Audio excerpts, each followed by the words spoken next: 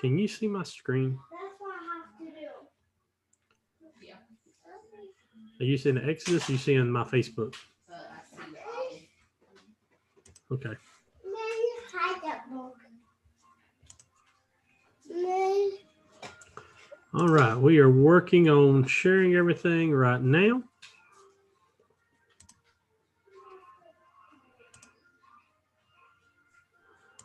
Once we are sure everything has shared where it needs to go, we will begin.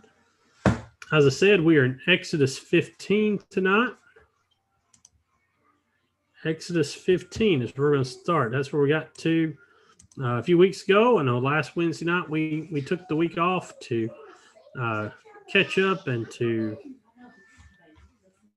do what we need to do. So, all right.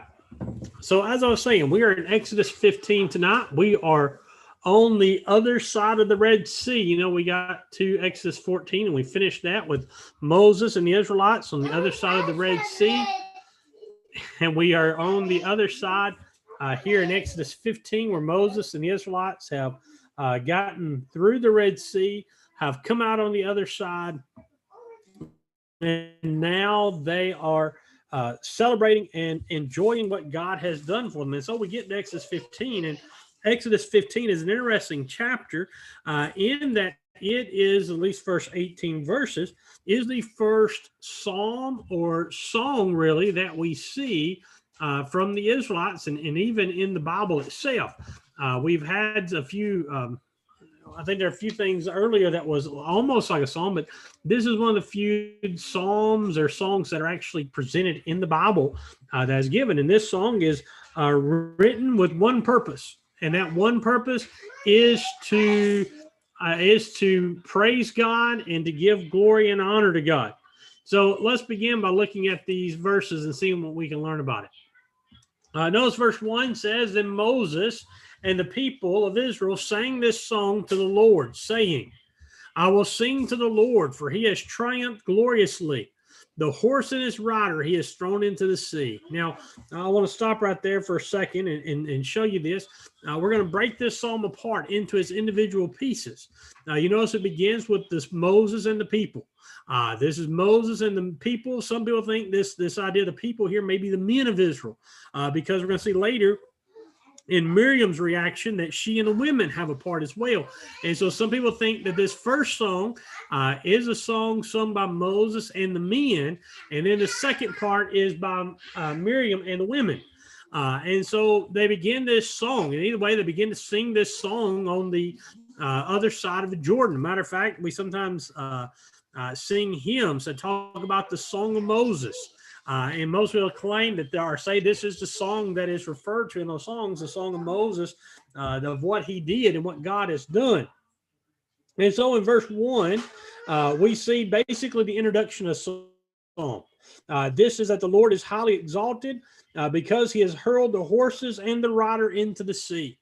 You notice that he has thrown the rider and this horse into the sea. Now, some people will look at this and say, no, wait a minute, I thought there were chariots in chapter 14. Yes, there were chariots. There are also horses. There's also army. And also this is a psalm. This is poetry. So what that means is that the psalm can have some, can take some liberality with it. Can take some liberty in what it says. Is not like prose. Is not like recording exactly what happened in the exact order. It is giving some poetry to it. Matter of fact, we're going to see that I think there's 3 or 4 times that Moses and the Israelites talk about. Hold on.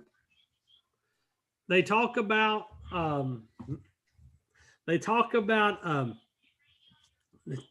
Pharaoh and the Egyptians getting destroyed and tore down 3 or 4 times, and it describes it differently every time, is what I'm trying to say.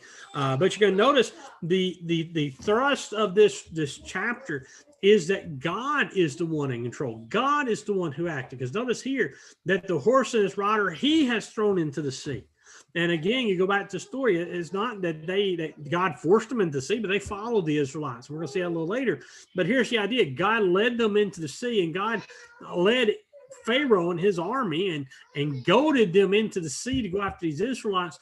And thus, God was responsible for their downfall. God was responsible for their fall. And so this is what this psalm begins, that God needs to be praised. God needs to be worshiped for what he has done. Then you notice verse 2, it says, the Lord is my strength and my song, and he became my salvation. This is my God, and I will praise him. My father's God, and I will exalt him. The Lord is a man of war. The Lord is his name. In this second part, we see praise for God for who he is. And this is what we're going to see a repetition here in this outline, is that in this psalm, that there's a lot of this praise for God for who he is. And in here, that God is listed as my strength, my song, and my salvation. That God is that strength. God is the song. God is the salvation. God has acted in a way no one else could, and therefore he says, this is my God. This is my God, the God I have chosen, the God I have decided to follow, the God I will serve. And then notice that he says, I will praise him.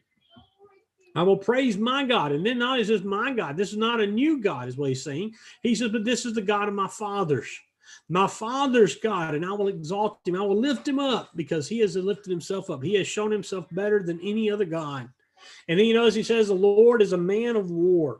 And here he gives the idea that God is a warrior. God is a fighter.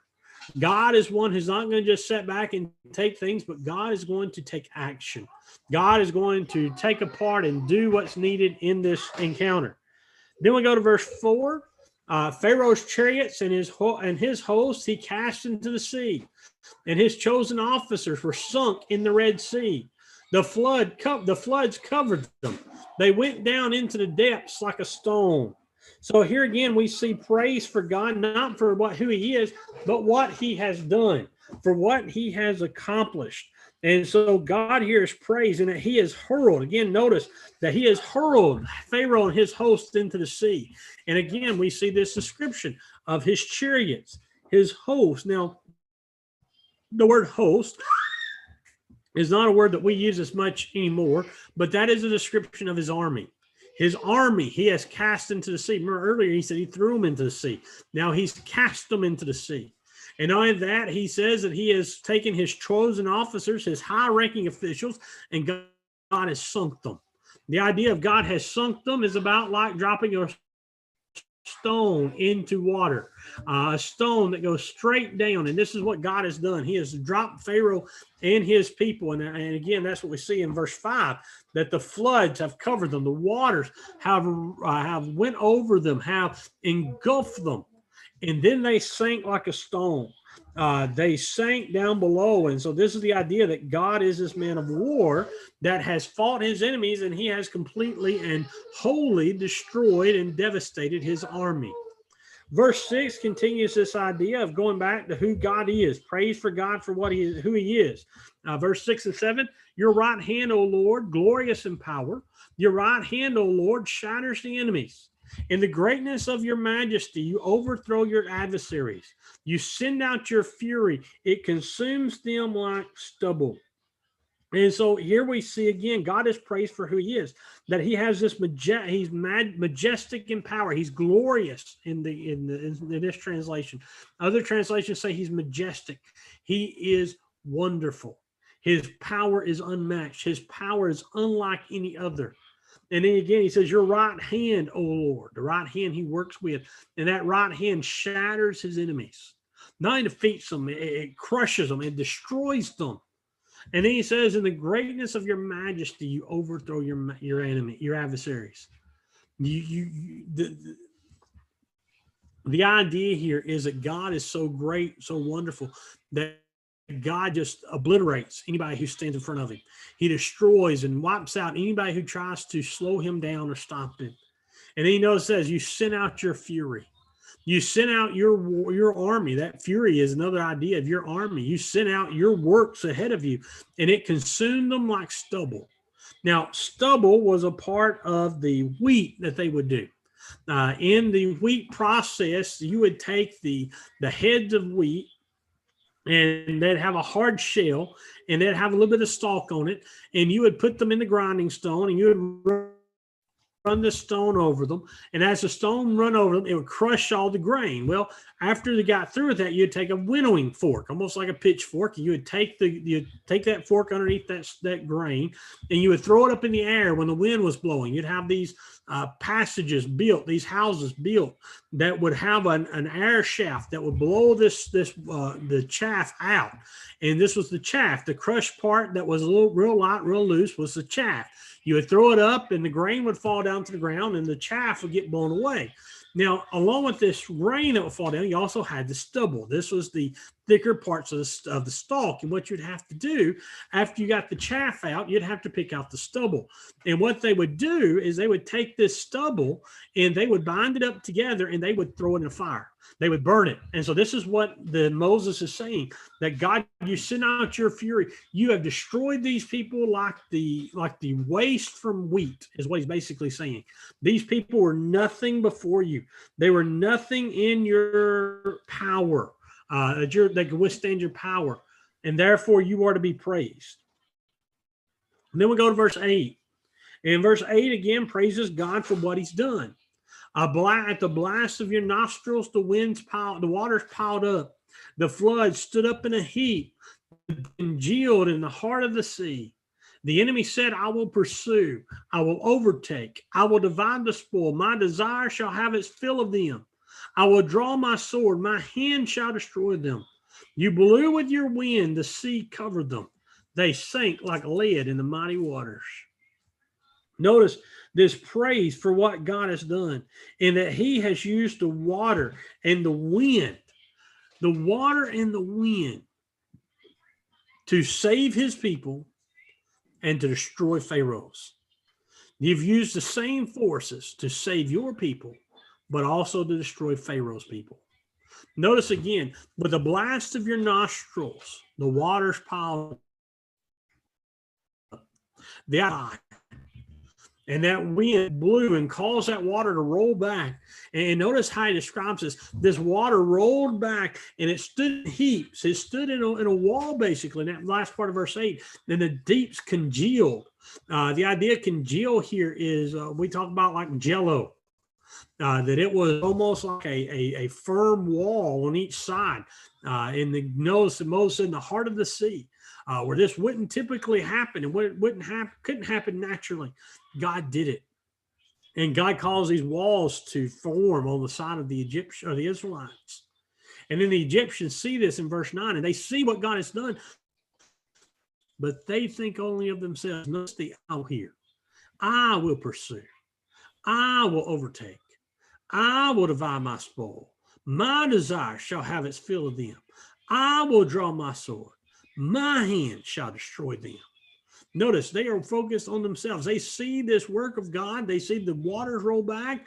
They see these walls on each side, and they don't pause. They don't, and again, the idea is they don't let it stop them. They follow right in. They follow in their own destruction. And then you notice that their focus is upon what they have done, what they want. And again, they don't worry about the walls. They don't worry about what's going to happen. Their whole focus, their whole purpose, their whole mentality is to overtake the Israelites and kill them. Overtake the Israelites and destroy them. Notice, I will draw my sword, and my hand shall destroy them. I will divide my spoil. My desire shall have its fill. Basically, I can kill as many as I want, and there's no one to stop me. But then verse 10, God saved the Israelites by blowing those walls back. The Egyptians marched in. Verse 9, verse 10, Moses says, you blew with your wind, and the sea covered them. They sank like lead in the mighty waters. The idea is that God gave them a false sense of hope. They had a false sense of hope, and they thought they were okay. They thought they were going to get their way.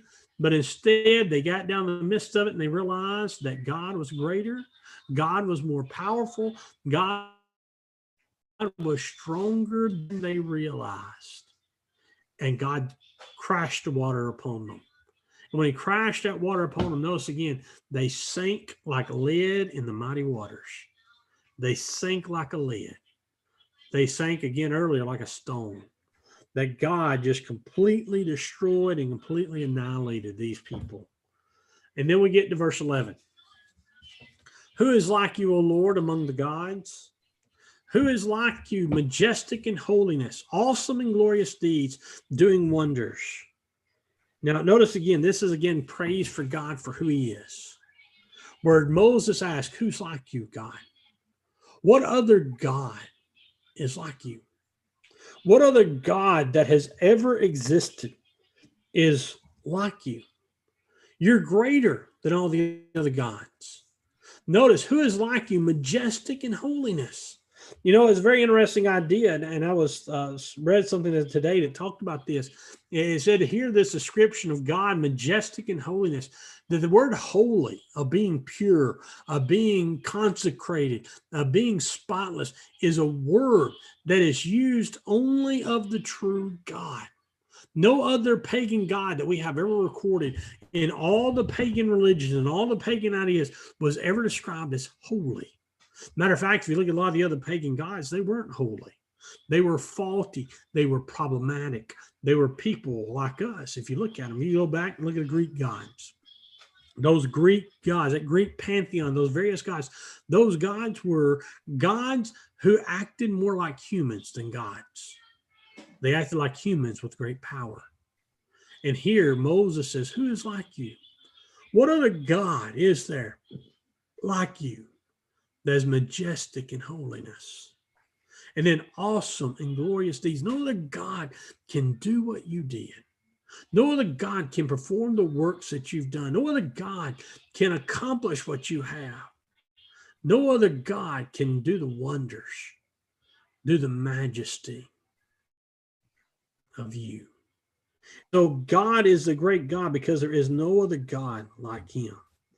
A God who is majestic, greater than all the other gods, and a worker of miracles, or a worker of wonders, excuse me. And he knows verse 12. This again is praise for the Lord for what he has done.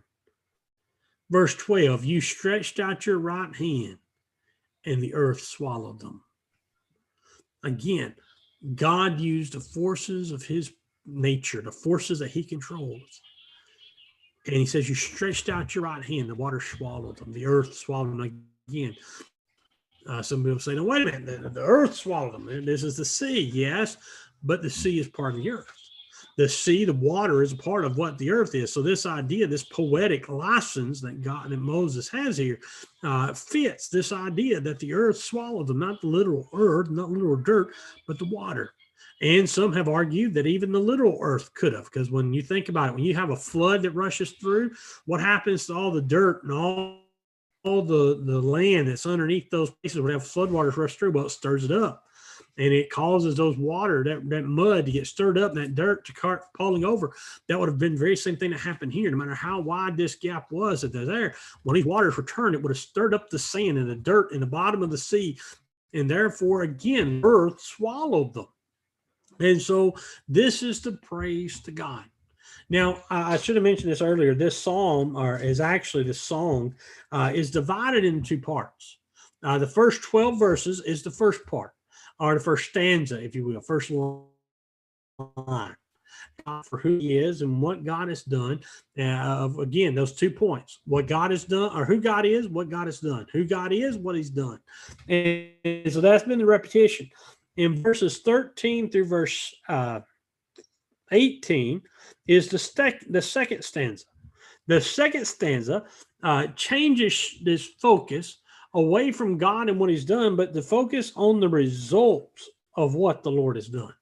The focus on the results of what has happened, the consequences of what has occurred in God and in his world. So we pick back up in verse 13. Verse 13, you have led in your steadfast love the people whom you have redeemed. You have guided them by your strength and by your holy abode. So again, you have led the people. This is the consequences for Israel. This is what Israel has happened, or what has happened to Israel because of what God has done. Notice they were guided. Again, you have led in your steadfast love, your mercy. Steadfast love is mercy. The people whom you have redeemed. The result of what's happening, you have led them by mercy. You've led the people that you've redeemed, the people you've saved, and you have guided them by your strength. And notice where he's guided them to. You've guided them to your holy abode. You've guided them to your holy home. Again, that description of God as holy, as pure, as consecrated. Now, some have wondered what this holy abode was. There's two typical ideas of what this holy abode was. One, this is Mount Sinai. Because again, this is the same mountain that Moses was at when he received God, when he saw God the first time in the burning bush. This is where God's going to speak to Israel. This is also, this is that mountain that has that key part. And so this is where God's leading them to. Other people think that this holy abode is talking about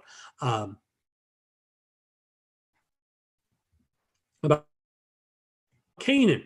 The land really could fit either way. Now, there's really no strong argument that I found for either one being more prominent, more important than the other.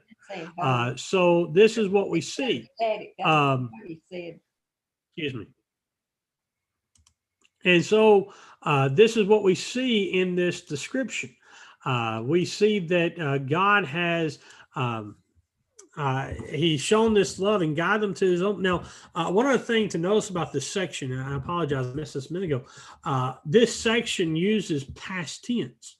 The Israelites are just on the other side of the Red Sea. They have just gotten out of the Red Sea.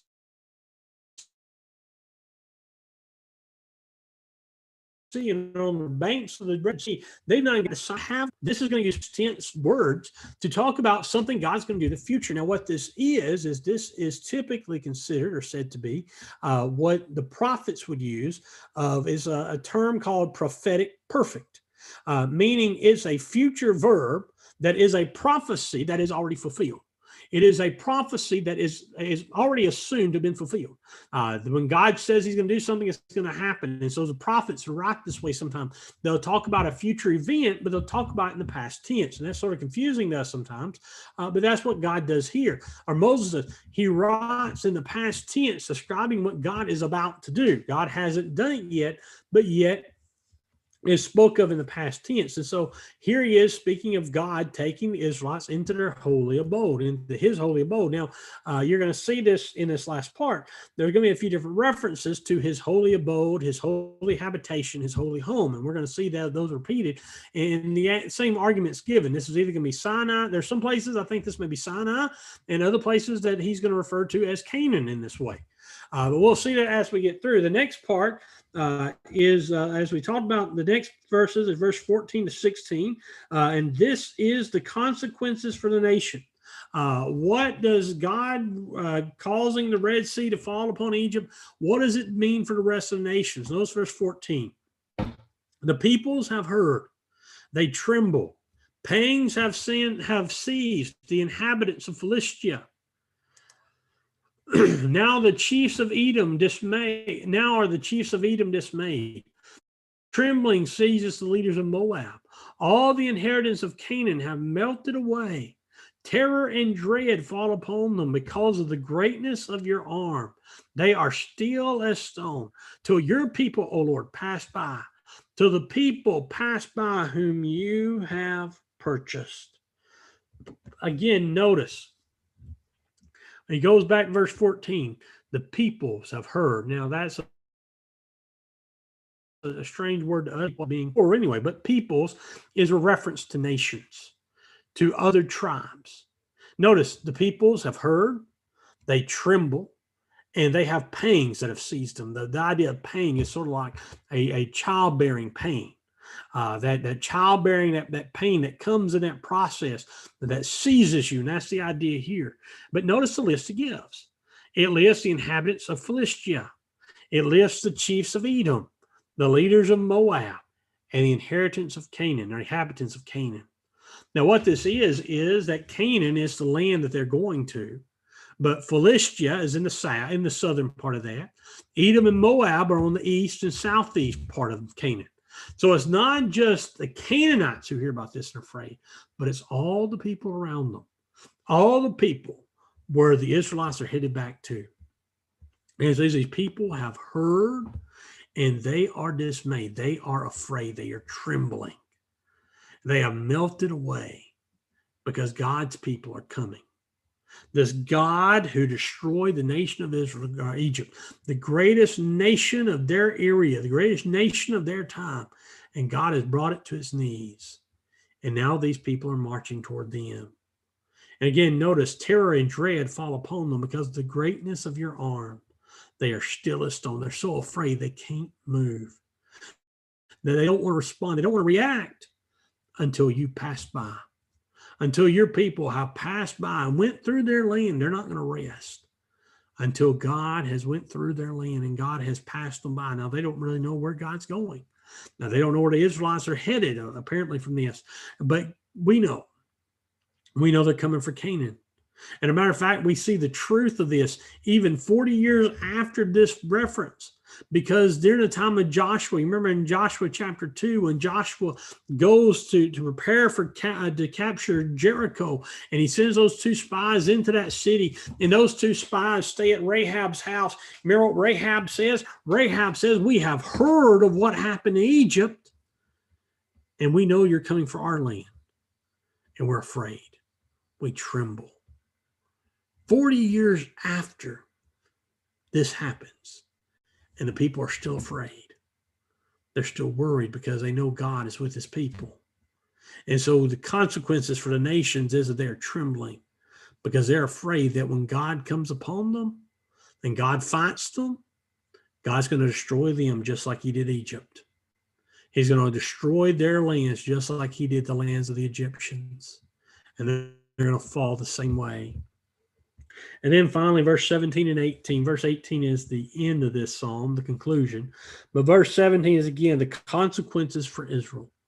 What does this mean for Israel? Notice what he says, you will bring them in and plant them on your own mountain. The place, O Lord, you have made for your abode. The sanctuary, O Lord, which your hands have established. The Lord will reign forever and ever. Again, God will bring them in and he will plant them. The idea here of God bringing them in and planting them is the idea of firmness.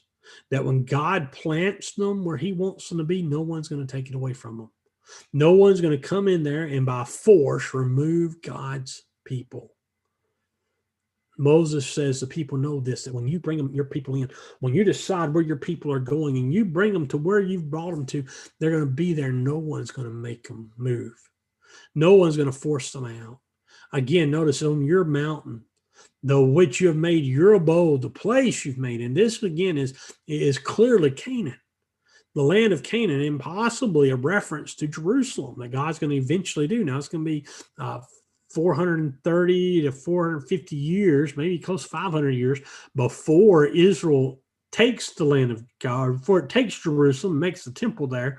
But God is telling that he's going to plant them and they're going to stay there. And then you notice the sanctuary you will make, which you establish your hands. God, you're going to take us and you're going to bring us where we need to be and you're going to keep us there.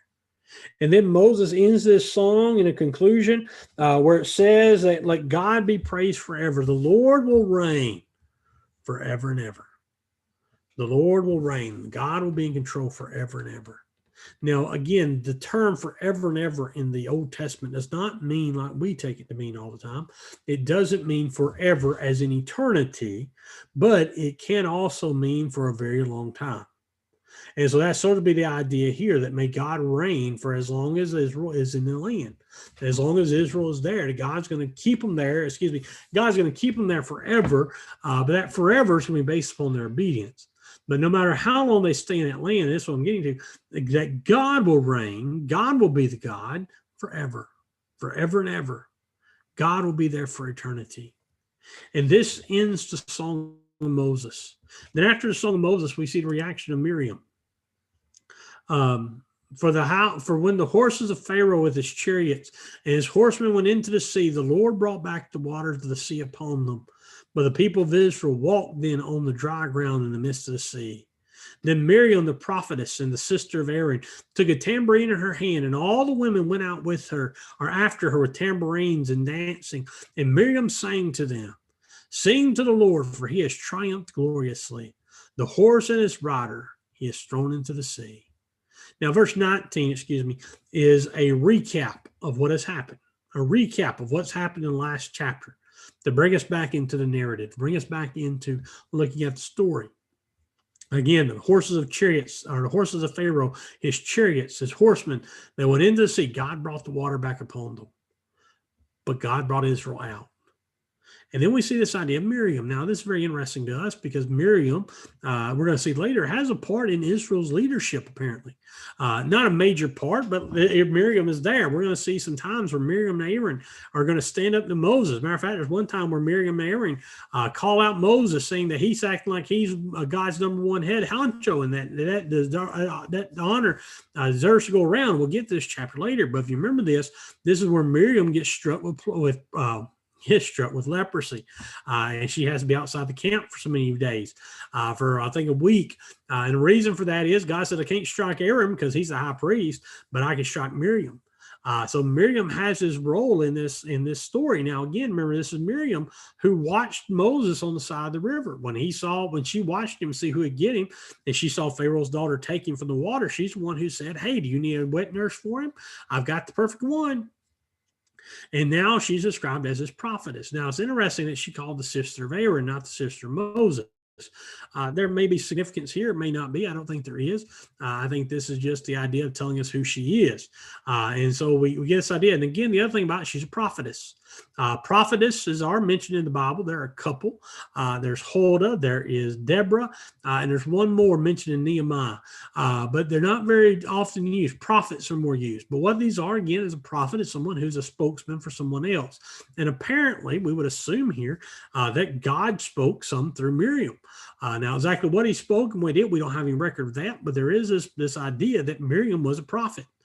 She spoke, and so she come. And some people have said maybe this very phrase she says here is a prophecy of God, in that God has inspired her to say these words. And that's another idea of a prophet, that they either have a message from God or they have an inspired message from God. And so Miriam takes all the women, and they take their tambourines with their dancing. They're celebrating this victory. And this is something we're going to see throughout the Old Testament. There are other times when Israel comes marching back into Jerusalem and into their homelands after victory, that the women meet them with dancing and tambourines. So this is not an unusual occurrence. It's not something that's odd here. When David comes back from fighting, we see these very things happening. And so this was one of the ways they would celebrate, one of the ways they would acknowledge what has happened, the victory. And so, she says, "Sing to the Lord, for he has triumphed gloriously. The horse and his rider he has thrown into the sea." So again, some people think that this is maybe, and a few interpretations of this is, one, the song we just read of Moses was one that the men chanted, and then the women may have chanted this afterwards, or this phrase may have been inserted in the song, meaning that Moses and the men would have said a few words of it, a verse or two, and then the women would have echoed the chorus. And this is something we see sometimes in prophetic language and in the Psalms, that we have these chants involved in them. And so exactly what this is, we don't know, but this shows that the whole community, the whole people of God were celebrating. They were all acknowledging who God was. The men sang the song of Moses, and here the women are singing the song of Miriam. And so that's the idea, is that they are singing and they are praising God for who he is. Now, we go from there to notice the last few verses of this chapter, beginning verse 22. "And then Moses made Israel set out from the Red Sea, and they went into the wilderness of Shur. They went 3 days in the wilderness and found no water. When they came to Marah, they could not drink the water of Marah because it was bitter. Therefore, it was named Marah. And when the people grumbled against Moses, saying, 'What shall we drink?' And he cried to the Lord, and the Lord showed him a log. Then he threw it in the water, and the water became sweet. There the Lord made for them a statute and a rule, and there he tested them, saying, If you will diligently listen to the voice of the Lord your God and do which is right in his eyes and give ears to his commandments and keep all his statutes, I will put none of the diseases on you that I put on the Egyptians, for I am the Lord your healer. So here we see this story. After Israel has left Egypt, they finally got out of Egypt, having crossed the Red Sea. And it's sort of interesting or ironic. They traveled 3 days. Remember, this is the whole plan of Moses the whole time. Pharaoh, let us go 3 days in the wilderness. Let us go 3 days in the wilderness. Let's go 3 days in the wilderness. They finally go to 3 days in the wilderness, and they get out there, and they cannot find water. They get out there, they not found the water enough to support the people. And they finally come to a place that has water, this place named Marah. And it's not known if the name Marah was given to this place before Israelites showed up or after. And there's also the idea this place was called Marah by the Israelites. And they may be the only people who called this, and therefore we really don't know exactly where this spot is. But they come to this spot that has water, but they can't drink the water. They can't drink the water because it's bitter. Exactly how it's bitter, what this idea is bitter. A lot of people give a lot of different ideas and thoughts. But the idea is it was undrinkable. It was unfit to drink. And therefore, again, it was named Marah. Now, this is something that if you are, this may sound familiar. You've heard the word Marah before in Bible stories, in the Bible account. Matter of fact, the women are going to hear Marah in a few weeks. I'll go ahead and spoil the women's devotionals on Sundays. Are going to start talking about Ruth. In the story of Ruth, remember Naomi leaves, and when she comes back to Israel or Canaan, after she has lost her husband and her sons, you remember she says to people to call me Marah. She says, give me the name Marah, for I'm bitter.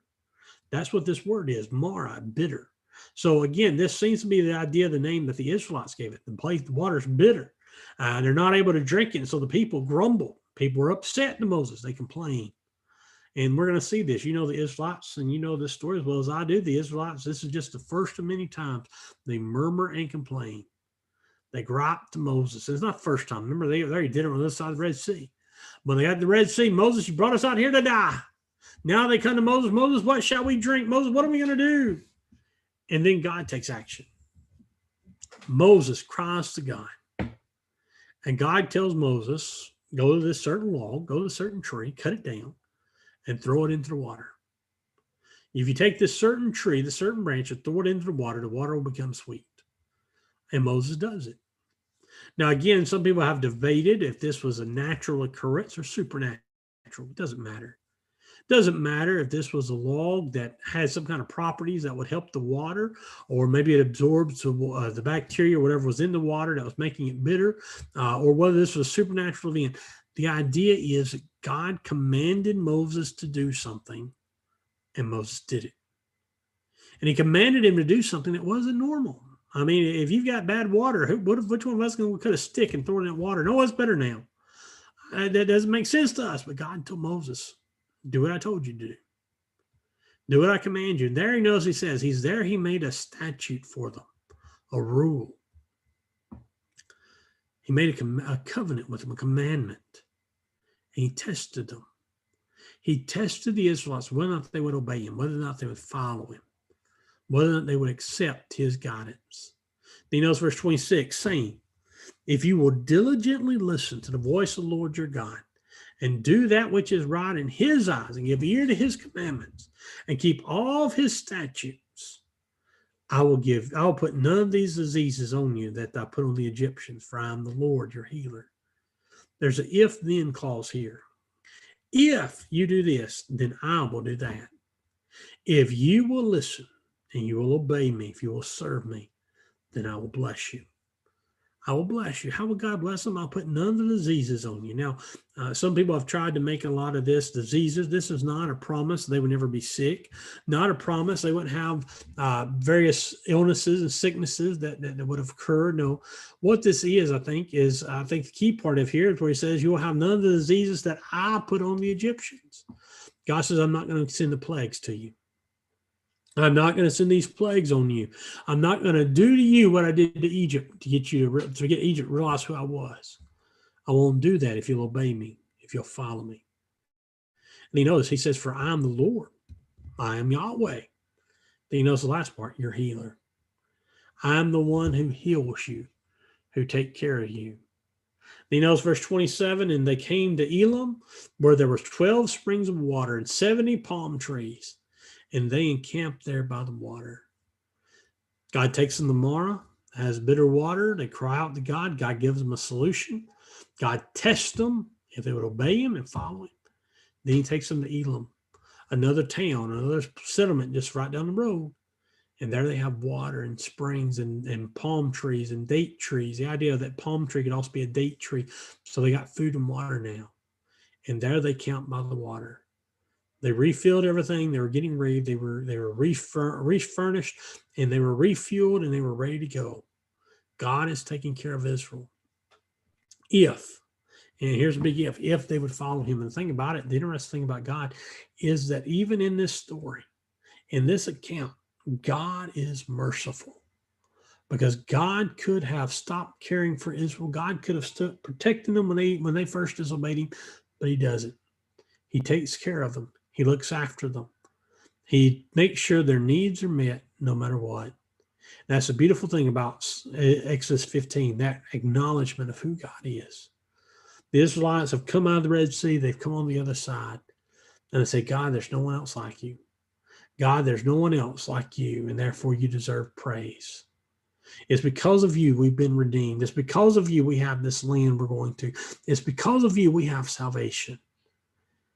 And therefore you deserve all the glory. You deserve all the honor. You deserve all the praise. A lesson we can learn today. A lesson we still need to learn. That God is a God of all things. God is a God over all the earth. And we need to acknowledge him. We need to follow him. We need to serve him.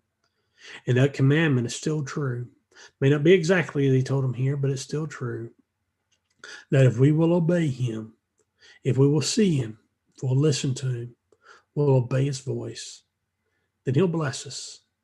And he'll keep us not from physical plagues, not from physical diseases, but he'll keep us from the worst disease of all, that disease of sin, that spiritual disease that'll kill us. What a great thought to think of our God as a God who cares for us, who redeems us, who heals us, if we'll follow him and if we'll obey him. Appreciate you joining us here tonight as we study Exodus 15. Next week, we will pick up, Lord willing, in Exodus 16 and continue the story of the Exodus trip. Appreciate you joining us. Remember, if you can, be with us Sunday morning. We meet at 10 a.m. We'll be live streamed on YouTube and Facebook as well as in the building. We appreciate all those who have joined us. Remember, if you need anything, please don't hesitate to call us. Let us know. We hope you all have a great New Year's in the next few days. We hope everybody has a good week. We hope to, again, see you all real soon. And like I say, that's all that we've got tonight.